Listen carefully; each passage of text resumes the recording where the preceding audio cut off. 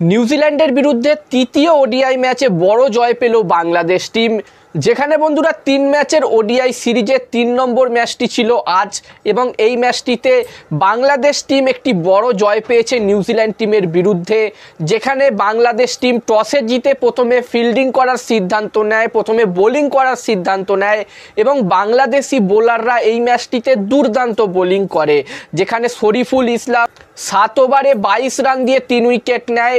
এছাড়াও তানজিম হাসান সাকিব 7 ওভারে 14 রান দিয়ে 3 উইকেট নেয়, এবং সৌম্য সরকার 6 ওভারে 18 রান দিয়ে 3 উইকেট নেয়।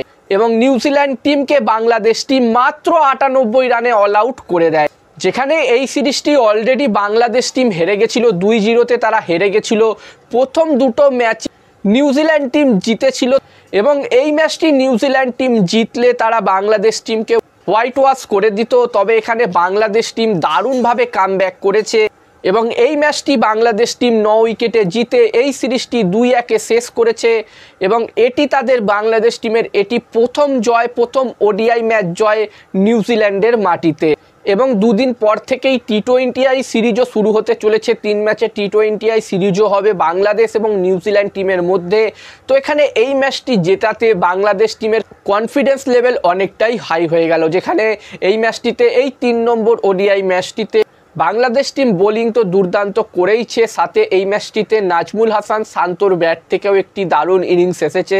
যেখানে এই ম্যাচটিতে নাজমুল হাসান শান্ত বাংলাদেশ টিমের ক্যাপ্টেন 42 বলে 52 রানের একটি ইনিংস খেলেছে, এবং এই ম্যাচটি বাংলাদেশ টিমকে জিতিয়ে ফিরেছে। শেষ পর্যন্ত সে নট আউট থেকেছে।